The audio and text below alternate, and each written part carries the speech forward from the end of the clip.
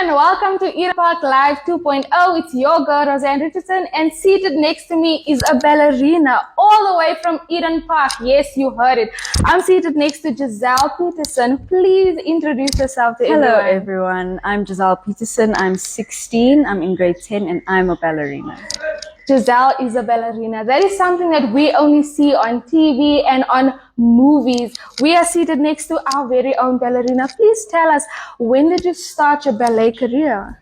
I started when I was 3 years old, and it started with my family, actually. And my mom started out, and then it went on to my aunt, and then on to my cousin, who is now performing in Berlin. Oh, wow, in Berlin. So do you see yourself also performing overseas? Yes, definitely. Okay. Definitely. So you've mentioned that your family, this is sort of a legacy that you're loving out. Who is your biggest support system? Definitely my mom. I feel like I wouldn't be here today if it wasn't for her. Oh, wow. So who is your ballet role model? Marinela Nunez, definitely. She's an Argentinian ballerina at the Royal Ballet, and I think she would be my role model because she just shows so much elegance and control over her dancing. Okay, so I've heard this phrase that dancers don't need wings to fly, and I know that ballet is a very elegant sport. Some of the characteristics and traits that you've mentioned of your role model. So, we've all seen ballerinas and we all see them wearing pink with your tutu. So is that a stereotype, or is that really how it is? Please take us through what ballerinas wear and all those nitty-gritty details. Yes, of course. I think the pink stereotype is not something that's common. It's definitely something that looks pretty and amazing on stage, but depending on what you're doing, the color may vary and the style may vary. And I think these will definitely be something that we start out with. You see all the ballerinas on stage on their toes, but this is something that builds to that.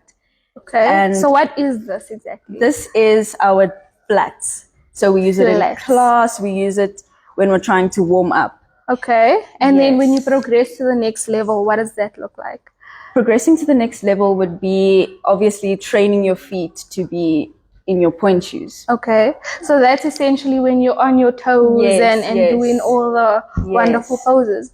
So is there any risk in ballet? We know that any sport has risks. If you're playing rugby, you might get a concussion. So can you take us through the possibility of risks in ballet? Yes, I think from what I've seen and from what I've experienced, definitely dislocating your knee is something that would take you out of ballet completely. But minor injuries like an ankle injury or a hip injury or shoulder injury is definitely something that's possible, but you can recover from it quite quickly. Okay, have you had any of those injuries? Yes, I'm currently dancing on an injured hip and an injured rotator cuff in my shoulder. What motivates you? I mean, you're there pushing through the pain. Surely something needs to drive you. What is that? I think it's just the end result and how rewarding it will feel to share my passion and my gift with everyone else. Wow.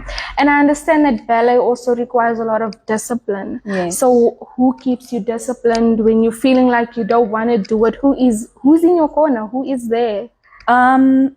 Fortunately for me, I have a group of amazing friends who dance alongside me, and we all share this common goal. And I feel like when we all put our minds together, that discipline gets set into place, that we have to go. Wow, I love that. And I love the support system that I'm hearing as well.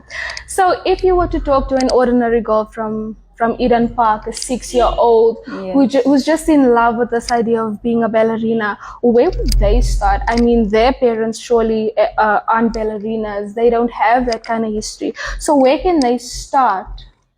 There are definitely like local studios that would provide such requirements to be where they want to be.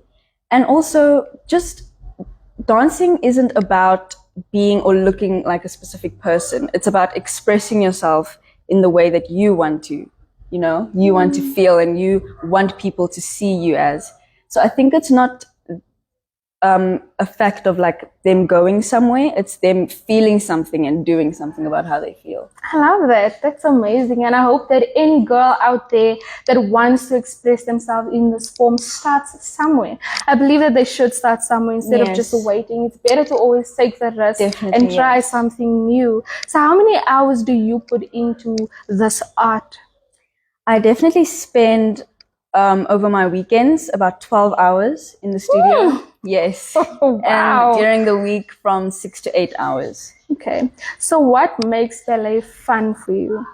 I think it's the connections that you make with people, because ballet is so broad and it's so wide and it's spread all across the world that you meet so many new people and you get to experience their culture and the way they do things. And you get to get along with people that you never thought you would. That's amazing. And one thing that I've learned is that you only know better once you've experienced better, you know, so seeing bigger stages and different things surely makes you want to strive for better, right? Yes. Please tell us some of your achievements and some of the milestones that you've reached. I was blessed enough to dance alongside one of the biggest dancers in South Africa and dance on the biggest stages in South Africa. And I'm honestly truly grateful for that, because again, I wouldn't be here if it wasn't for my mother. So. Wow. So can you like mention those artists, or is it like Poppy Act? I don't think it's Poppy Act. I've danced alongside Joshua Williams, Veronica Lowe. Oh wow. And some Cuban dancers. And I feel like being around them definitely helped me grow as a dancer, and performing on the stage of the State Theatre and Monte Casino and all across the country, which was just honestly such a I've got mad respect for you, and I'm not gonna lie, guys, I don't know the people, but I'm sure any aspiring ballerinas out there know exactly who you're talking about. So what do you wish to achieve in the next 10 years? I would love to dance at the Royal Ballet on the stage of the Royal Opera House alongside hopefully Marinela Nunez. Oh wow. Yes. That's amazing. Wow, that is amazing. So for people like us who want to see you perform, you know, how can we see you perform? How can we see other ballerinas perform? Yeah, tell us. I think it's everywhere. Ballet is just everywhere. It's an art form that you see all over the place, on Instagram, on TikTok. And just any theatre, you can find some ballet production being held. Like I know at the Joburg Theatre, there's the production of The Nutcracker or Don Q. Oh, wow. And at Monte Casino in December, I'll be performing Queen. It's just, ballet is everywhere.